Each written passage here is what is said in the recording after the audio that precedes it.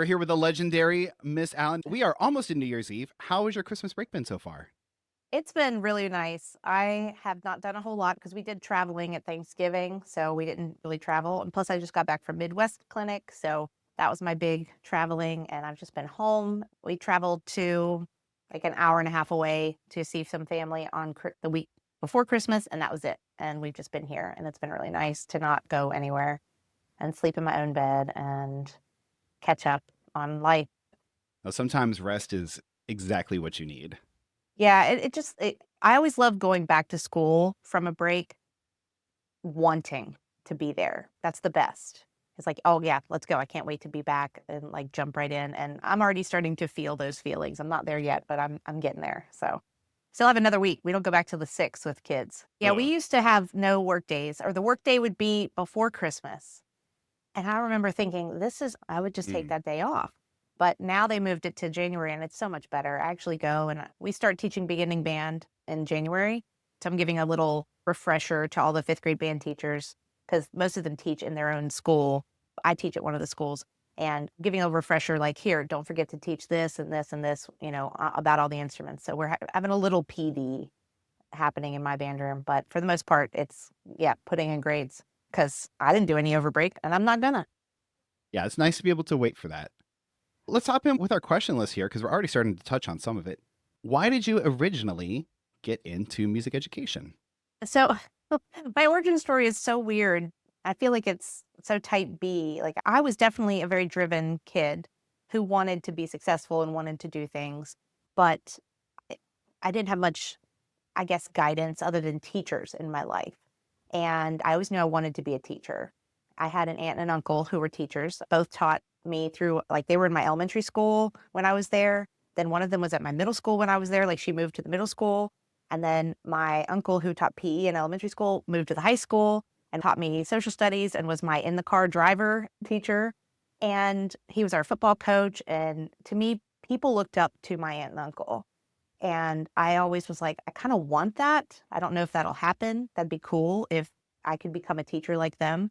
And I also just had lots of really great teachers. Tons of my friends had teacher parents. And I was so jealous of that. I was like, I wanted teachers who were my parents. Not that I didn't love my parents, but I guess I just wanted that life. And I felt safe at school. That was like home for me. And I wanted to just recreate that, and then I didn't really know what I wanted to teach, and then I went to, like, a college fair, and they could fill it out the card for the college. This is the '90s, so, you know, they're just getting you to fill out their card at their thing, and I went to Shepherd University and, was Shepherd College then, and it said, "Okay, what do you wanna major in?" I was like, "Education," and then, like, it had a subset, like, for education. Okay, math, social studies, science, elementary ed, and then music was there, and I was like, "Oh, I never really thought of majoring in music, but I love band, and that would be out of all of these, that's my favorite class, so yeah, let's go. That that's it." And the person who was at the college fair was like, "Okay, thank you," and she took it, and she's like, "We'll be in touch," and my band director came to me later that day, and he was like, "What on earth? You're gonna major in music education? We have so much to do." It was like October of my senior year. And he because I had never really thought about it. It was such a split-second decision, and I was like, "Okay, get me ready, I guess." Like, I had no clue what it took, and I was even going to music school, I didn't know until I got there. I was like, "Holy cow, what did I get myself into?" So that was my kind of how I got there, and then I out of spite, I think I just was like, "Well, I guess I'm gonna do this." And I remember opening the catalog at one point and being like, "What else could I major in? This is so hard. Oh my gosh, am I gonna make it through this?" Social work? I don't know. Because I knew I wanted to help people, and I was like, I just had a core group of friends that kept me in college. And marching band is your first thing when you get there, and we just bonded. And if it hadn't been for them, I probably would have changed my major, but I stuck it out, and that's how I got it. Now that you've been teaching for a while, would you say that the things that you enjoy about teaching now are the same as the things you thought you were going to enjoy, or has it shifted to other things? Well, I think no one's really prepared for what teaching is. Like, we Mm. only know from a student point of view. And I think I wanted to be able to create a good environment for kids and have a band and be able to perform, which I definitely part of it and one of my favorite parts of it. So I definitely think that is something I was looking forward to and it's something I still enjoy. But my favorite part is getting to watch the kids grow up. I'm with them from fifth grade. I have two schools that feed into my middle school, and I teach fifth grade in one of them. So some of them, I get to see them from like January of fifth grade all the way through eighth grade. And they start out as little kids and they leave as little adults. You teach middle school. And it is so amazing to watch that transition. And it's one of my favorite things in the entire world. And it happens so fast. And when your kid is in middle school, you will know because I'm teaching mine currently and it's happening very fast. I'm going to start my fifth grader in January on the trombone. He's very excited. And it's definitely, that's the best part, is getting to watch them grow up. And then a second best part that I didn't think, I'd never thought about, but I think about on a regular basis, and I tell the kids this all the time, is everything that I'm giving you are just tools that you're going to take and you're going to do it. I'm not doing it for you. I'm not playing your instrument. It's all you. And I think that is something in the arts that we are so lucky to be a part of, because in the end, it isn't us at all. We get to wave our arms and we get to show them how to do it, but they make the music. And there's nothing better than that. I had this exact same conversation with my sixth graders before our winter concert this year. And I'm reminding them as much as I'm reminding me, but I was like, this is not my concert. This is your concert. And they're like, what do you mean? I was like, how many notes am I playing? They're like, none. I was like, yeah, so there you go. I mean, I helped you, but like, this is your concert. And I think in the band director world, there are, how do I say this? A lot of egos in some various places in the band director world where the director really does feel like this is my thing. As middle Yeah. school teachers, we kind of see that other side of things. High Yeah. school directors maybe sometimes can fall into that trap a little more easily. I think as middle school teachers, we experience the humility of this kid is squawking and squeaking. Okay, now they can play some notes. Obviously, they put in the work to make that happen. Yeah, we see it in the trenches. And I feel like high school teachers, and I'm not dissing high school teachers at all, but I feel like they're a little removed from that and they don't always appreciate it as much as they could. I say this even as a I taught high school for 3 years before I started teaching middle school. I was an assistant director, but still at the same time, I definitely did not appreciate what was happening in middle school until I got there. And I was like, holy cow, this is the work. Yeah, and it's Here. not just the playing ability either. It's building the band culture. At least like in my school, there's a lot of kids that take bands that maybe wouldn't take band in some other schools. Right. And I think that's great, but with that comes a lot of behavioral challenges. And it's like, how do we create the band culture and acclimate the kids to band culture? So by the time they get to high school, if they have stuck it out and they get to high school, they just fall right into what a healthy band culture is. I think some high school directors that never taught middle school, they don't realize like that is just as much work as getting them to play B flat and B natural. If your culture's not good, you're not even going to get to the point where you can teach the other stuff. Exactly. Tell us a little bit about the community in which you teach. You can be as specific or not specific as you want, but what classes are you teaching? When do the kids start their instruments? And what are your kind of class makeups and compositions like? So I've been at my school for 18 years and it's pretty much been the same almost the whole time there. I've advocated for a few things that's changed, but there are two elementary schools that feed me. There used to be a full-time teachers that taught like once, but they would go to the elementary schools for fifth grade band like once a week and see the kids, maybe twice. And it wasn't necessarily the best situation. So now I teach it after school and because they were only seeing them for 30 minutes. And it just, to me, 30 minutes, they had to give up their recess. And I was like, I'd rather have kids after school that really want to be there and take the time to do it. So we changed the program a few years ago, which I think has been beneficial because I get to start them. I feed myself other than the one elementary school, which is fine. And because I work closely with that director to make sure like, hey, can you do this, this, and this? Like, here are the tools. And she's happy to take them too, because she's been an elementary person her whole career and not a band person, even though she, played the flute, in college and whatnot. But so they start in fifth grade twice a week after school for about an hour each day. And then they come to me and they have band every day for 44 minutes. And in sixth grade, I also teach a beginner band. So if they missed out on the after school thing, they can still join. And this year has been the first year they've allowed seventh and eighth graders to join that class as well, which has been kind of neat. having some older kids in there. But I have to tell them, I'm like, hey, guys, I can catch you up to the 6th grade level.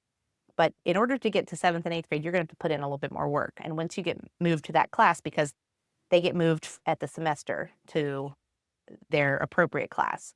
So then I only have beginning band first semester. And then they go to their appropriate bands. And this year, like last year for that, my 6th grade band numbers were probably 45 altogether with the beginners. This year, I have 60 kids in 6th grade band because I fed myself. And it's a whole different situation. So it's kind of nice. And then I teach 7th grade band and 8th grade band, and they are just organized by grades, 100%, which I prefer, honestly. I really like teaching grade level bands because those kids get to know each other really well and they become bonded together. I'm lucky enough to have 8th grade band over 7th grade lunch. So I have kids who will abandon their lunch or eat it in the class beforehand. And I have 7th graders who will roll in 8th grade band and are ready for the challenge. And it's so fun. I had 9 kids last marking period do it almost every day. And it was nice to kind of fill up the band a little bit more and have a few more kids. And especially because one of them was like a horn player and I needed another flute, so it was kind of nice. And those kids are having a lot of fun doing that. And then I teach 2 general musics, 7th grade general music and 8th grade general music. And those are on a rotating schedule. And then I teach jazz band. I get to have jazz band every day, which is phenomenal because it is during like our homeroom pull out to go do some special program bit period. And it's also like IXL time and ALEX time, which is this math program that they have to do. So my kids in jazz band, in order for them to be in jazz band, they have to keep up with all those things outside of jazz band because I don't give them time to do it in jazz band. Am I supposed to? Maybe. But I find out that like they're not keeping up with it. I threatened to kick them out of jazz band because, hey, you chose to be here. You auditioned. I accepted you. If you can play your instrument, you're in. If you're a beginner and trying to be in jazz band, like it's not going to work. But I will take anyone, almost anyone, as long as their behavior's good and they can play. And I get to see them 30 minutes a day, which is phenomenal and I think very rare. And I'm thankful for that. But that is something that jazz culture has been a huge thing in our county where we are in West Virginia for a long time. The jazz bands have always gone on to win things. My group hasn't, but like other schools have, like our high school, both our high schools have been top bands in the state. And then 2 other middle schools in our county have been top bands in the state before on multiple occasions, which is kind of cool. So they very much think that jazz is a huge part of music education where I am, which I'm thankful for. And that's my day. And I love it. Just so I'm hearing, in your 8th grade band, you have some players who've been playing, like they started playing that year. You have some kids who have been playing and they're on their 2nd year, and you have some kids that have been playing her on their 3rd year, Yes. all mixed into the same band. Yes. But the kids who are in their 2nd year, they want to be there. They want the challenge. And they will pop in like halfway through class just to play the lit because we warm up, we do book work, and then we get to the literature, and that's why they're there. They're like, oh, we want to play that song that you're playing. Oh, you're playing that one today? Oh, we're going to be there. So that's what it's all about, is playing good music too. So that's why, in my opinion, that's why kids will stay, is for the music. Yeah. All right. Well, let's talk a little bit about your TikTok fame here. I started making TikTok videos like, I don't know, a month ago. And you had commented on like my 2nd video. And I cannot tell you how many kids came up to me at school and they were like, Mr. Nesmith, Ms. Allen commented on your video, like the Miss Allen. And that's why I titled the episode The Miss Allen, just so you know, there's probably a lot of people named Miss Allen, but in the band world, you are the Miss Allen. And I don't really know who my kids follow on social media. A lot of them follow you. And I didn't quite realize this until they were coming up to me. They're like, hey, did you see what Miss Allen posted? And it was great. So I have a lot of questions regarding that. So what would you say, what was your motivation to pick up your phone and just start recording yourself and posting it? All right. So it's school year 2021, 2022. Take yourself back to that school year and how bonkers it absolutely was, because it was the first normal school year post-COVID. And I say normal in quotations because it wasn't normal at all.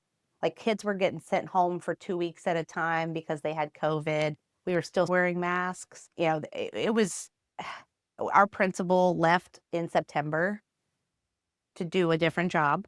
So we had this interim principal. She did a great job. but still, like, our school was very messy. We didn't have a choir teacher because my choir teacher, was my best friend, had left and gone to do something else, which that was her time in life. And so we didn't have a choir teacher. We had one, the principal at the time hired somebody without asking me anything. And he hired this guy who lasted a week and then left.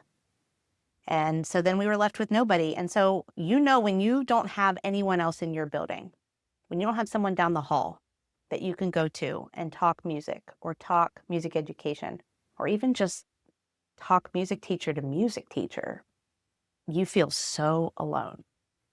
And that's where I was at the time. The kids were there and they were great. And we were having a ball because I was finally having, fun again teaching. I didn't have an adult with me. And I was like, well, maybe I can make some videos and connect with some of these other music teachers on TikTok because that would be kind of cool. I'd been watching so much TikTok, way too much. And I saw somebody make a video. They're like, well, if you create as much as you consume, you'll feel better. And I was like, oh, maybe I could do that. So I just started making a couple random videos, and eventually one of them popped off, and my goal was to connect with music teachers. Why would I want to necessarily connect with kids? Like, my job is to, teach kids, but not necessarily connect with them. And I ended up connecting with band kids everywhere because there's way more band kids than there are band teachers. So I had to make sure that in those first few months of making videos, I had to decide which road I was going to go down. I would make a video and I'd be like, well, is this something a kid should watch? Because that seems to be my audience. And as a parent, I'm glad I was a parent at the time because that really informed a lot of my decisions. Because I was like, would I want my own kid watching this? And there's some very mature adults that don't have kids, but I think when you have your own kid, it changes everything. And your opinions about things, you obviously change. Like, I just let my oldest kid, who's going to be 13, start watching Stranger Things. I don't know, I might have said when they were 10, they could have watched it if I didn't have kids, but I know my own kids and I know my own values, and we waited until they were almost 13 for that. So in making videos, I learned really early on that kids were my main audience, and I had to keep it squeaky clean, as my husband calls it. And that was how it was born. That's one of the things I really appreciate about your channel is you have stuff that's for the students, but you also have stuff that's for the teachers. And there's like a nice mix of stuff that's useful to everybody, which is really fun to watch. And in comparison, another TikTok band teacher who I really like, Greg Bergman, his videos are strictly for the teachers. I've been teaching for a long time. Here's some teacher tips. And I think that's great. But he's decided very intentionally, okay, I want to talk with teachers. Whereas your videos, you're kind of like, I'm going to talk to everybody. And I really like the variety that you get with that too. Yeah, well, part of it is just liking attention, to be honest. As teachers, I think we like attention to begin with. Like, I don't think you can be a teacher and not get a little, endorphin rush out of having a bunch of kids be at your, like, okay, what's next? Or to laugh at your joke or something like that. And I love making people laugh. It's probably my second favorite thing to do other than teach is making people laugh. And so to me, I was like, okay, well, if I can combine those, that would be cool. So it just spiraled out of there. And I didn't even know I was doing well at first until, excuse me, I knew people were watching the videos. They would get, the little K next to them. And I was like, oh gosh, we got thousands of views here. Okay, that's kind of cool. Whoa. And then one of my students, this was back when they let kids have phones in school. We don't anymore. But one of my kids was looking at my profile. We were sitting around in my band office one day, and he said, oh, you're at 500,000 likes. And I was like, what do you mean? Like, what? And he's like, here on your profile, it says 500,000 likes. And I was like, likes of what? And he was like, oh, people liking your videos. And I was like, oh, well, that's kind of cool. I didn't realize that was even a thing. Like, I just looked at followers. I didn't dive into the analytics of everything until way later. I just made the videos and engaged in the comments. Like, if kids ask questions, I loved answering their questions or making them feel better about a situation or just encouraging them to go practice or something like that. And I didn't even know that it was successful until that kid said that. And he was like, oh, you're almost at 20,000 followers. And I was like, oh, is that good? And and it took my own students being encouraging me. I will say that, like, if my kids at the time were making fun of me and telling me like this is not good, I would have stopped doing it. But those kids were super supportive and I'm grateful for them. They're all seniors right now, seniors and juniors. So I'm really thankful for them because it's taken me places I never thought I could go. So did you tell your kids that you were doing it, or did they find it naturally? What do you think? I don't know how the algorithm works, How did but yours happen? oh, they found it immediately. Yes, And and like I that's said, what like I don't happened to me know, too. Yes. like maybe some of the algorithm is showing your videos to people who live where you live, because I have like many kids at my school who have never taken band. And they're like, "Hey, why are you on my FYP?" And I was like, "Dude, I don't know. You're not even a band Yeah. kid. I have no idea." I think it's because they're friends with kids who are in band. And that's Ah, if they're because the exact same thing happens to me. Kids will be in the hall and be like, I saw you on YouTube. Yeah, you're on YouTube. Yeah. Oh, you're on my FYP. And I'm always like, thanks. Make sure you watch, subscribe. And I started doing all that just to be silly with them. And but yes, they found it. And they're like, we saw a video, Miss Allen. And they saw it because they'd recognize the band room. They might not have necessarily recognized me at first, but like they were like, oh, that's my band room. Oh, there's Miss Allen. And they didn't hate it. And they didn't make fun of me, which, like I said, would have turned everything down. But yes, they found it and they didn't hate on it. So I was glad. And at first, the first 100 videos are definitely not amazing because I was still learning how to do it all. And even my first one that I did a lip sync to, I didn't even understand how to do the lip syncs. Like just the process of me figuring out how to do it took way too long. And then I watched a tutorial video and I was like, oh, that's easy. Okay, I can do that now. Like I learned so much as I went too, which was kind of fun. I feel like I need to have a glossary of TikTok terms for band directors that aren't on TikTok, because I know a lot of band directors know you from Facebook or YouTube, but they've never opened TikTok before. But FYP, for those of you listening, is For You page, and TikTok shows you videos that it thinks you're going to like, or it just throws a whole bunch of stuff at you and sees what you watch and what you don't watch and what you interact with and what you don't. Yeah, if you're not on TikTok, you definitely don't get it. But if you've ever scrolled on Facebook or Instagram or YouTube, I feel like it's a similar situation. Okay, so which video would you say would be your first viral hit, and what was in that video?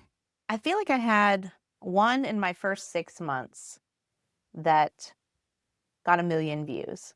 And I was surprised. I was like, whoa, this is a big deal. And that was I was doing a lip sync of, I believe it was a sound from Tangled.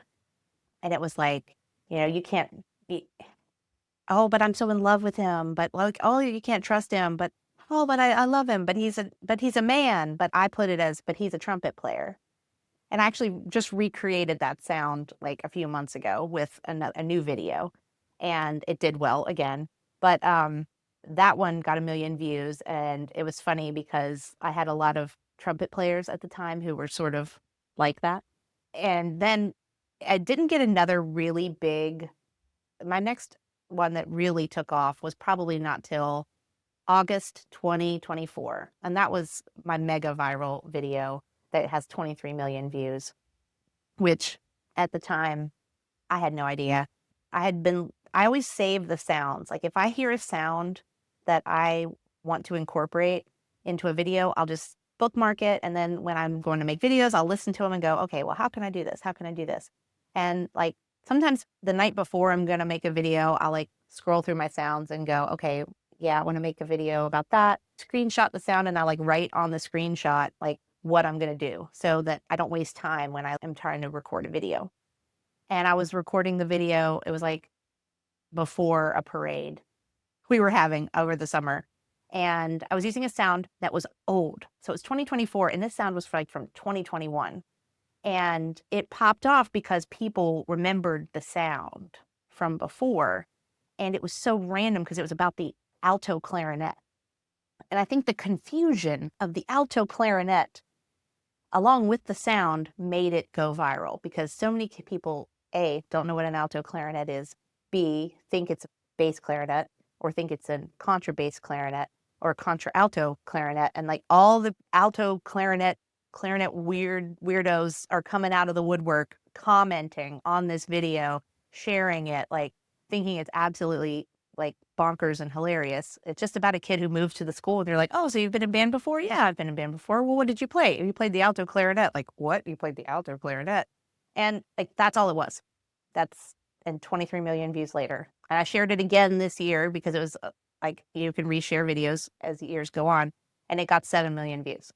Some things just hit and you don't realize it until it happens. Because I can put so much work into a video sometimes and think, oh, this is going to do really, really well. And then it doesn't. And that's tough. But yeah, that was my viral hit. Sorry, I yapped a lot about that. No, it's all good. How many hours a day do you think that you spend on average with all of your social media activity nowadays? It depends on the time of year and how much time I have at, if it's a busy, like we're in October and we're just busy in life, like my kids are involved in stuff and I'm the PTO president at one of my kids' schools. I'm involved in my local chapter of SAI. I my kids are in 100 different things.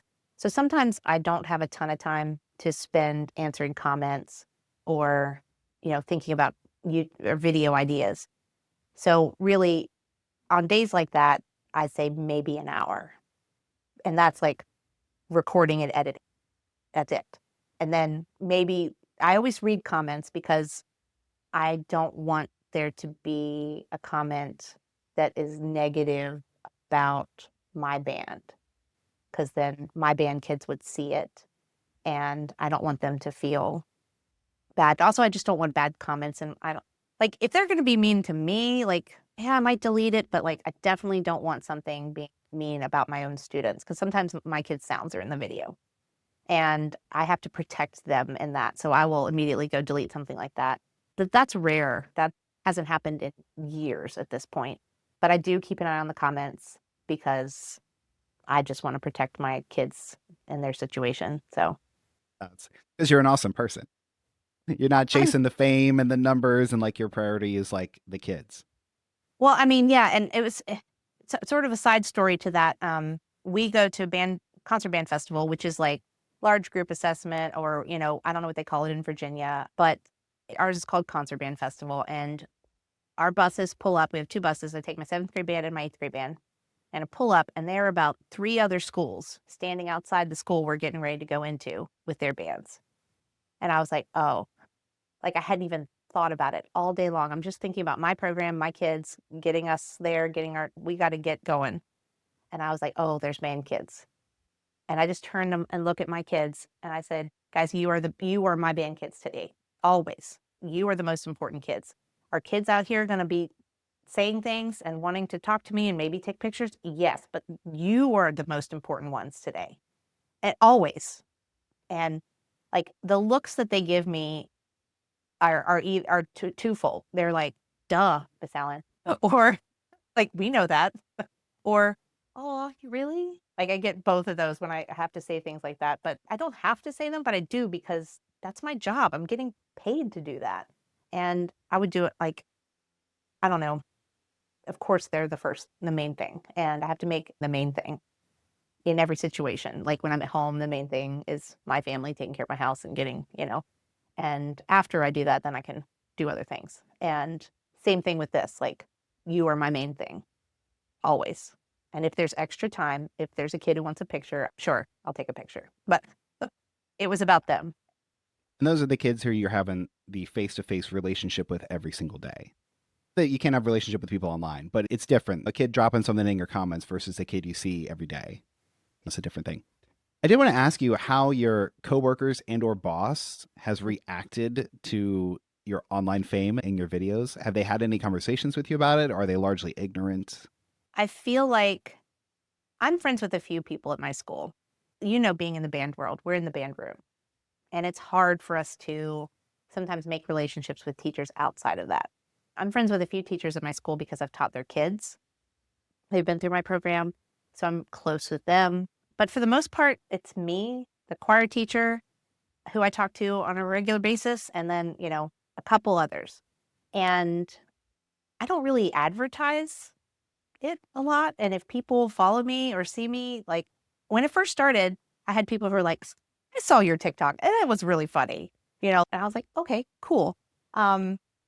And then I did warn my principal, like when it started getting a little bigger, I talked to her. I was like, hey, just, this is happening. Is that okay?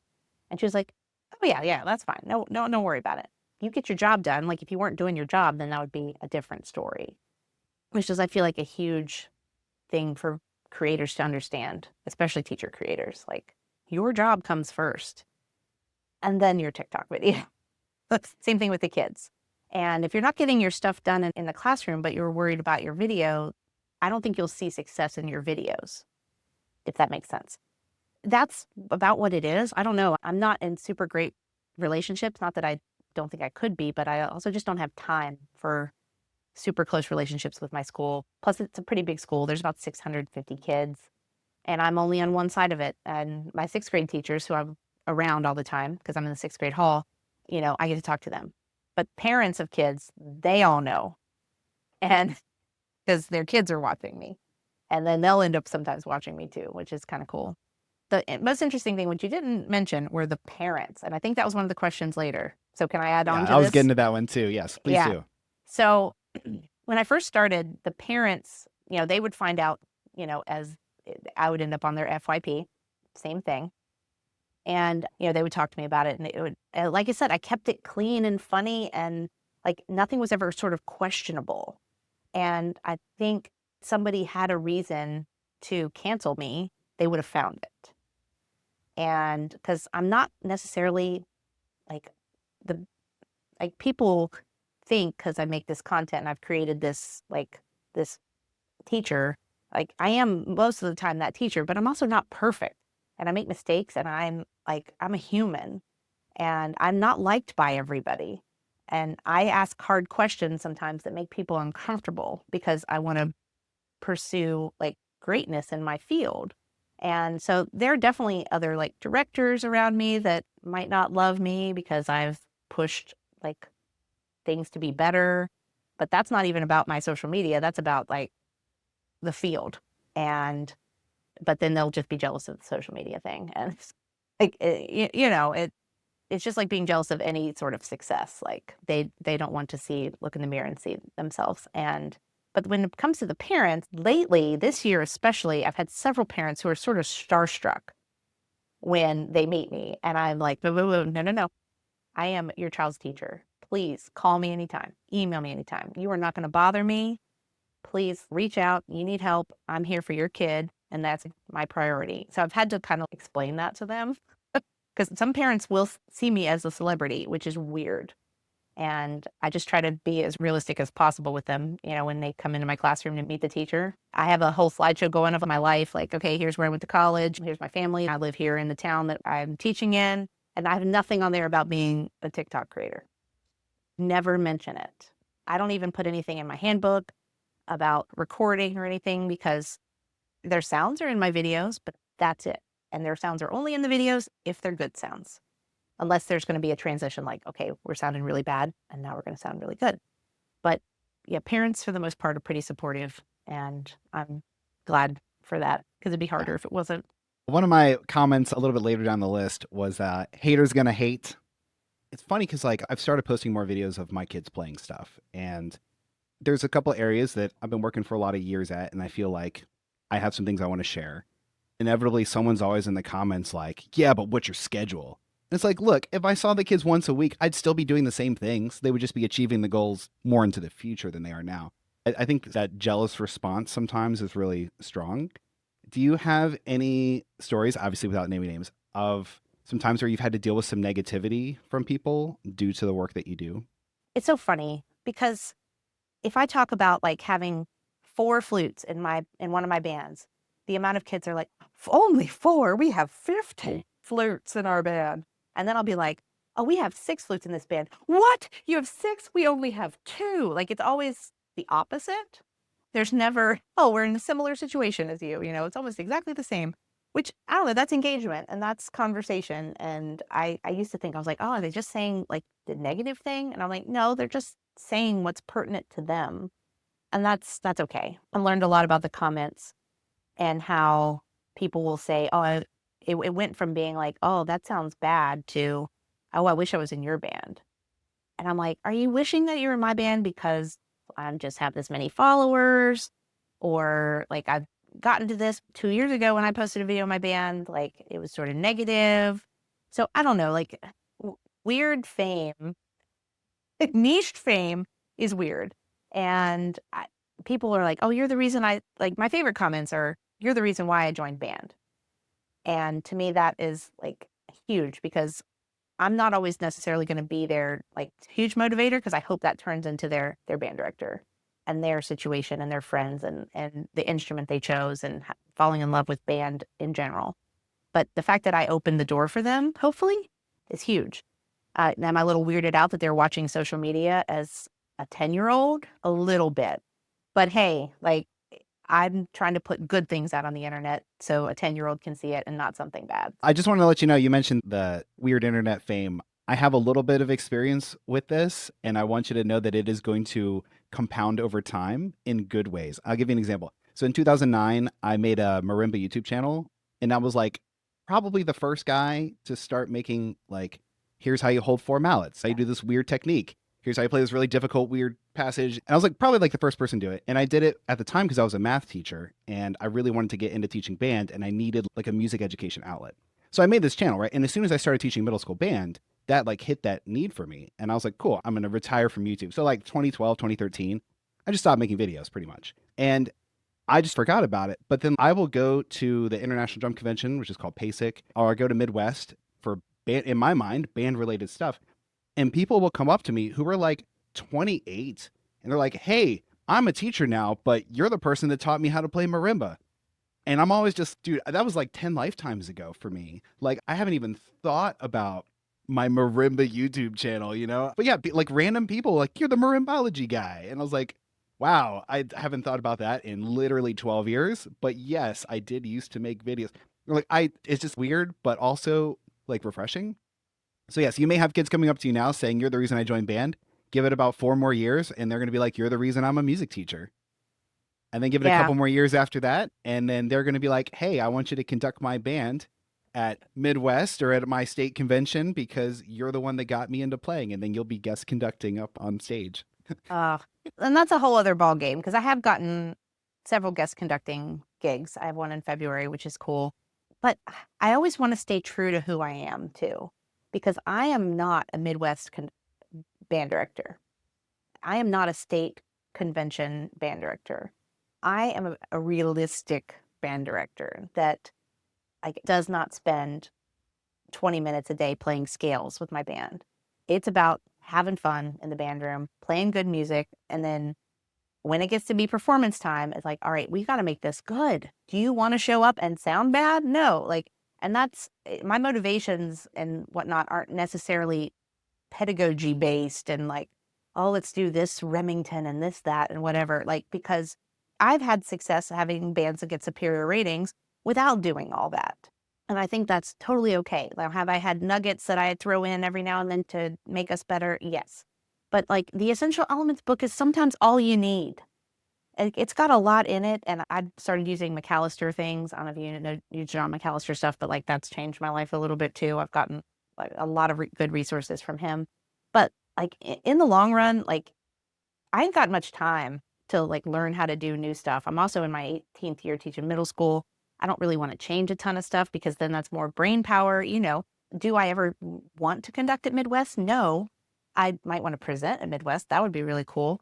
But I still want to stay true to who I am, which is a band director, like a realistic band director that is staying in my lane and helping out others. And I think that's what's great about the community that we're sort of in on TikTok is that I've connected with other directors who are in their first few years or in their first 10 years. And, you know, we can have those conversations about life and like how's it going to change over the, you know, your next 20 years or whatever. So I don't necessarily see any sort of fame going that high. Would it be cool to conduct an all-state middle school band? Yes, but I don't think I have to. And I don't think that's a goal. I think I'd rather impact more people than stand on a stage. I think one of the reasons why a lot of the younger directors gravitate to your videos is that you are in a realistic situation in a program that may be similar to what they're in. I think on our live chat the other day, we were talking about inequities in band, and they're vast, and there's a lot of them. But it's for a young teacher who finds himself in a situation with challenges, they want to look at somebody who also is in a realistic situation, not someone who's in like the most perfect situation with the $1 million budgets and the 17 band directors and the whatever. So you definitely present that, hey, I'm in a real situation. Here's what a real band sounds like. And that's honestly is really refreshing. I know for myself, if I'm ever going to post something with my kids playing, I'm always like, oh man, but it could be this much better. And like that one trumpet stuck out a little bit. But at the same time, it's like, but this is real. And other people need to know that sometimes it doesn't sound like absolutely perfect. Yeah, it's exactly true. And like, I remember one of your videos stuck out to me. You were playing clarinet and you were playing Frosty the Snowman. Your kids were playing Frosty the Snowman. And I was like, they sound so good. And whatever he did to get them to play that, good on him. But I don't have that. And you know what? That's okay. You know, like that's a different teacher. And that's the whole point. Like, we cannot compare ourselves to each other. We can learn from each other and take tidbits and tools, but like putting people on a pedestal and being like, oh, I got to be like that. No, you just got to compare yourself to who you were yesterday and go, okay, well, I can be a little bit better or know better, do better kind of thing. And like, sure, would I want my clarinets to sound like your clarinets? Oh, yeah, heck yeah, they sounded amazing.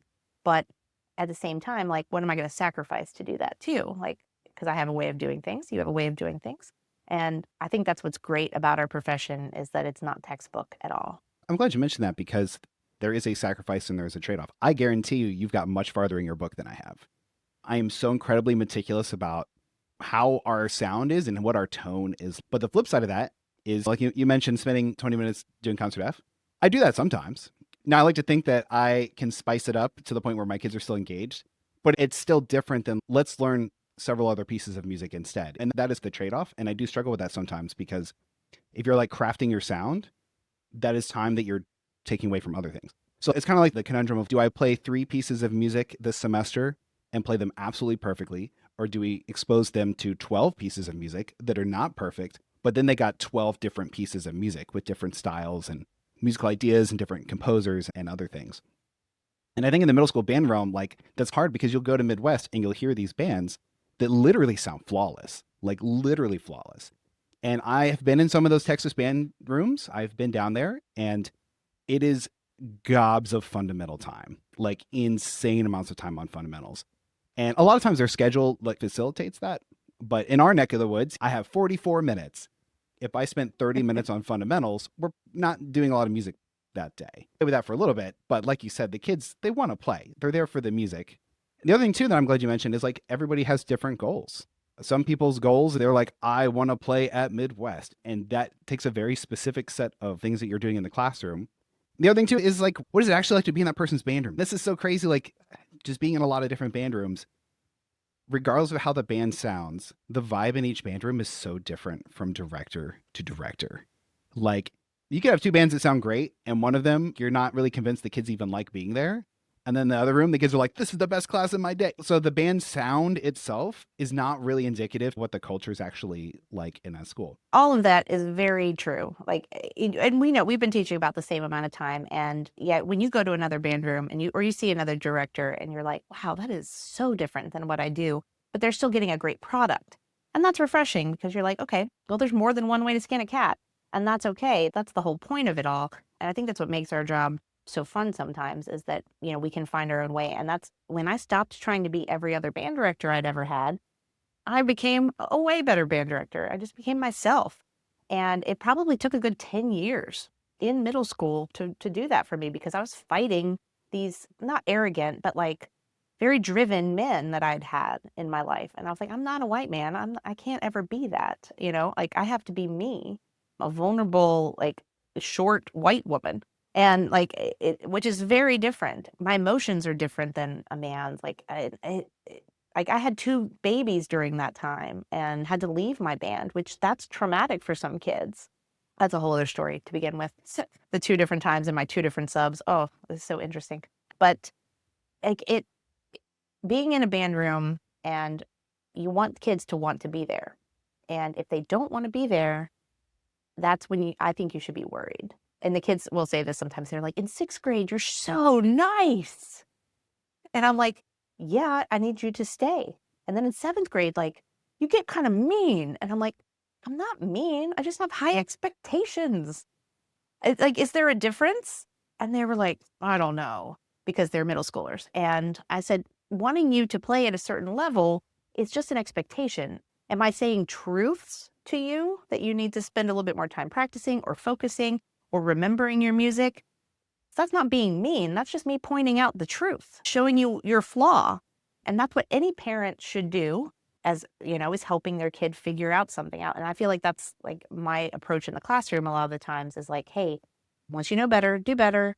And are you going to get it right every time? No, I don't expect perfection. However, I do expect you to be better the next time around and to not keep forgetting your music. And am I going to lose my mind when you've forgotten your music again? Yes, I probably am, because that's insane. And I think that's very realistic. And like the kids, I call them out on things so many times. If I'll tell a kid something and then the next week something happens again, I'll be like, all right, guys, let's run the tape. Last week, remember having this conversation? Or like, oh yeah, they'll hop on my side every time. They're like, oh, I remember you saying that, Miss Allen. And because it's just me pointing out like, hey, we've done this. And if I expected it to be perfect after that too, well, that's just unrealistic because they're middle schoolers and their bodies are changing faster than their minds can keep up with. And understanding that about middle school is huge. And I think since I taught in high school and then came to middle school, it took years for me to realize, oh, they're babies. They're just babies and they were born yesterday. And I have to treat them as such. And they love Pokemon. And, like I got to get on their level when it comes to things too. But yeah, it's a fine line of making you feel safe, seen, and accountable. Absolutely. All right, we talked a little bit about Midwest, and I really wish I could have gone this year. It seems like a lot of the TikTok band director all stars were all hanging out, and I was like, oh man, I chose this as the year not to go. It looked like you guys were having a tremendous amount of fun. I forget which composer posted this. It might have been Randall, but it posted that on the showroom floor, the line to people to see you was much greater than the line for almost any other well-known composer or conductor on the floor. Tell us a little bit about your experience in Midwest this year. What was it like for you? It was tremendous. And knowing a few directors beforehand that we could meet up and have that friendship with made it so much better. My husband had to not go last minute. He went with me last year. I was pretty recognized last year. I could not walk very like 10 feet last year without being recognized. Got mobbed by lots of kid groups last year as well. This year it was even worse. Had I not had some of those guys with me from the TikTok community who were also creators, I don't know if I'd worried about my safety, but it would have been a little overwhelming because they would just steer me away from things. When they were like, oh gosh, there's a huge group of kids. Do you want to talk to them right now? Or do you want to go do something else? So that was really nice to have that group of people there. We did have a lot of fun, and there's going to be many more Midwests that you're going to be there with us, Charlie. So, and it was, I was telling my dad and my stepmom came to visit recently and trying to get them to understand this world is tough because they're older, but I think they're getting it. I said, when you meet someone else who does what you do, you immediately have that connection, like another mom talking to another mom, especially another boy mom. I have two boys. And, having that connection of that similar thing is really cool. When you meet another band director, especially another middle school band director, you immediately have that connection. You've spent time doing the exact same thing. You know what it's like. Well, now I'm around band directors who not only do what I do, they also make content, which is what I do. And that's like worlds colliding and just joy in my heart because I know they're going through a lot of the same emotions, a lot of feelings. They're dealing with looking at their phone all the time. And it was just nice to be able to talk shop in so many ways that I just don't get to do a lot. And that was probably the best part. And we were just naughty in all the sessions because we were just sitting in the back being funny at each other and joking about things. And I kept being like, gosh, like we need to be model people here. And, being one of the oldest people there too. That's a whole different ball game. I feel like that being a more geriatric teacher in the game in my 40s, makes me a slightly better content creator because I have more experience and I know when to draw the line, or I know when to like, oh, we need to stop talking about this, or if we're going to keep our relationship going or whatever. So that's kind of cool. And seeing people and having Randall Sandridge say, when I was in line to meet him, and I'd met him 3 times prior, and he was like, oh, hi, Miss Allen, before I even got to him, that he recognized me. And then after I got a picture with him, he's like, all right, now you're the one person I want to take a picture with at Midwest. And all the other creators that I'm with, they're like geeking out for me. And we get the picture, we chat a little bit more and whatnot, and then we walk away. And it was like we were all schoolgirls, just like, because Randall Sandridge wanted to picture with me. And nobody else did. To me, Randall Sandridge is up there. You know, he's like the David Holsinger of the 90s and 2000s. And I thought that was really cool. And he was so down to earth about it. Having these directors that also are in similar boats support me through that just felt really just supportive and loving. Had I been there with directors who are not content creators, I feel like they would have been annoyed by it and jealous. But I feel like in the content creation, band director world, we're just lifting each other up. And that's the point. Because jealousy is huge, and that can be, in comparison, is a thief of joy. And I think when you do, that's tough. But having the meet and greet, that was a whole other ballgame. I had a meet and greet sponsored by Hal Leonard. I was just at their booth. They didn't pay me or anything. I was just there. And that was eye-opening to people who go through that, who stand at a booth and talk to people all day long, because it was exhausting. Was it cool? It was really cool. And I wanted to talk longer with everybody. I had to keep shortening it because the line was still there and it never ended until the guy who is my connection, Hal Leonard, went and stood there and told people, hey, we're done. And that was really eye-opening to be that big of a deal, because I don't think of myself as a big deal. Like, I think I'm a big deal to my own band kids and my own family. Like, I'm my husband's favorite person. That's what I want to be all the time. And my kids' favorite mom. But when it's other things, I'm like, whoa, that's weird. I mean, it's cool, but like, I can't let it get here. As a recovering trumpet player, you can't, you just, I don't know. And my insecurities about my own self and my own, like, just life really helped me turn all of that down. Because would I want to be around somebody who just thinks that they're the bee's knees all the time? No, probably not. So my husband has to tell me, like, hey, it's okay this is cool. Like, you're allowed to be excited about it. So that's dealing with niche fame. Like, I'm just glad I have the support that I have from the creators that are my friends now and my family. So Yeah, I'm really glad you mentioned the community as well. I remember last year at Midwest, I got to sit down and have a very long lunch with Rachel Maxwell, who I think you're also mutuals with. I love yes. her. She's like one of my band idols. If anyone doesn't know Rachel listening, she's band director in Illinois. Amazing person, great band director. I think her kids were at Midwest this year. Yeah, last year they saw me in the exhibit hall and they're like, oh, can you come to our session? And it was on my list. And I was like, oh, yeah, sure, actually. Yeah. And I ended up getting there really late. And it was like right when it was starting. And the only seat that was left was like right in the front next to a bunch of parents of the kids who were there. And they were all like, oh, it's Miss Allen. And then all the kids were like, Miss Allen is here. And I was like, oh my gosh, I'm going to distract all these kids from this session and they need to be focused.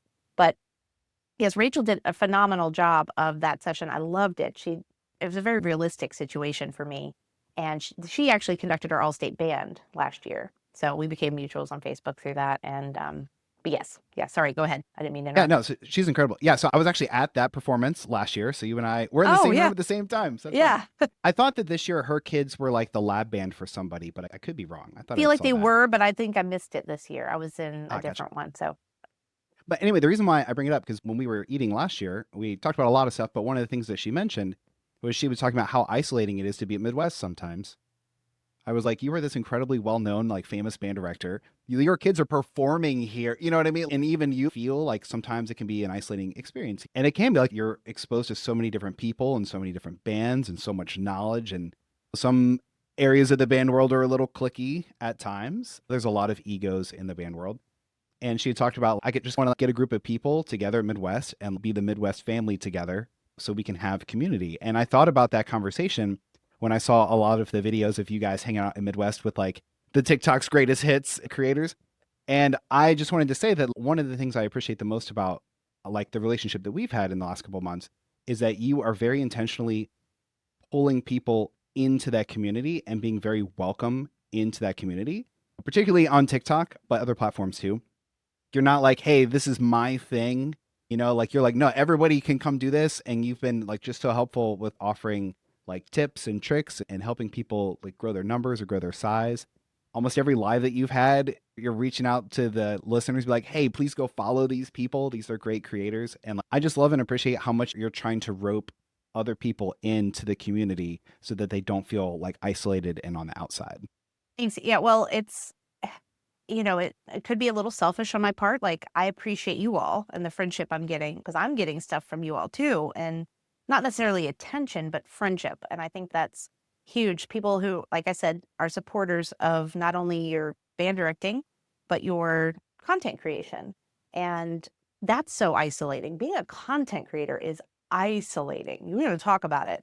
Like, there is no more lonely than being a content creator and not knowing another content creator. Like Mr. Kneisel and I started texting each other last September. So not this past September, but we've been doing like 2024 because he and I were about the same levels at the same time when it came to like creation. And we were just chatting about stuff, and we both were like, oh gosh, thank goodness for each other, because we just felt so seen by each other. And I've gotten to know a few other people, not necessarily band creators, but other creators. And it's just nice to, like I said, be on these same pages, literally with another human, because it just, you immediately feel like you're not being judged by somebody. Because, when somebody sees your video and they're like, oh, I saw your little video. And they're like, well, you didn't like it. Or did you comment on it? Is it their job to? Well, if they really supported me, would they? I don't know. My husband says I overthink all of this, which I probably do. But let me tell you, there's no support like another creator who does the exact same thing as you. I'm going to share it. I'm going to support it. I'm going to like it. I'm going to comment, because that's going to help their thing. And that's the goal, is to lift people up in this world. In a world where we are pushed down constantly as teachers, as humans, as Americans, we just got to lift each other up. And that's my goal more than anything. I do want to ask, what are some things coming up that you are really excited about, or some future goals that you have? I did tune in a little bit last night to the TikTok live with Randall Standridge. That was a really good time. I love him. He's such a great guy. What are some other things you have coming up, either in the social media space or just in your professional sphere, that you're excited about? I am conducting an all-county band in February, which is super exciting. And it's a very short amount of time that I get. I only get 8 hours. So I'm like, this is going to be a challenge of the amount of time I'm going to get in front of this band. And I think that's going to be eye-opening in a lot of ways. It's either going to go great or I pick too hard of music. So Is that that's going to a be, one-day event if it's only 8 it's a hours? 3-day event somehow. So I Oh, get 2 hours. They do all their all county things at the same time. So like all county choir, band, orchestra. So they're all sharing a space. And so you only get so much time in the spaces. It's a whole thing. But I get 2 hours on a Thursday night. I get most of the day on Friday. And then I get 2 hours on Saturday. But it's like really only, I don't know, it's a very small amount of time when it all comes down to it. And I picked some music at first and they were like, oh yeah, this is great. Well, we're not sure about these pieces. And I was like, really? And then I looked at the time and I was like, oh yeah, we shouldn't do this. So I'm excited to conduct those pieces, because conducting is my favorite thing to do on the planet, is to conduct a band and to get a good sound out of a band. Even rehearsing and being in that moment when something happens, that you're like, yes, I am the jump off the podium, like go batty, because I love when a band makes a great sound. So I love doing that. I'm also going to be in jazz festival season coming up in my own school. I love preparing that for my own kids and getting that to be nice and clean. And then concert band festival season for my own kids, which is one of my favorite seasons. I love picking music and then working it and making it as best as it can possibly get. And one of the goals I have is something that helps me is having someone else listen to my band and point out things that I'm not hearing. So I'd love to create a community where directors can upload their bands and people can comment on them in a safe environment that is like-minded. And I feel like finding the right people to do that is something that I've been working on and can benefit more than just me. And because I feel like I do know how to fix a band by now. Like I can listen to my own band and go, okay, yeah, I hear that, here. But 20 years ago, I couldn't do that at all. I'm like, what is wrong? Why does it sound like that? And it took someone going, your bass drum's off. Oh, that's all it was? Okay. But it took someone saying that because I couldn't hear it. Oh, your tuba's out of tune. Like, is your tuba even playing? Things that I just wasn't used to hearing. And I'd love to help other directors get better by pointing out the things that they don't necessarily hear, because after years of experience, you get better at it. And so that sort of community is something I'm really excited about. And then also planning to submit a presentation for Midwest is also on the docket over the next few months. So that's exciting.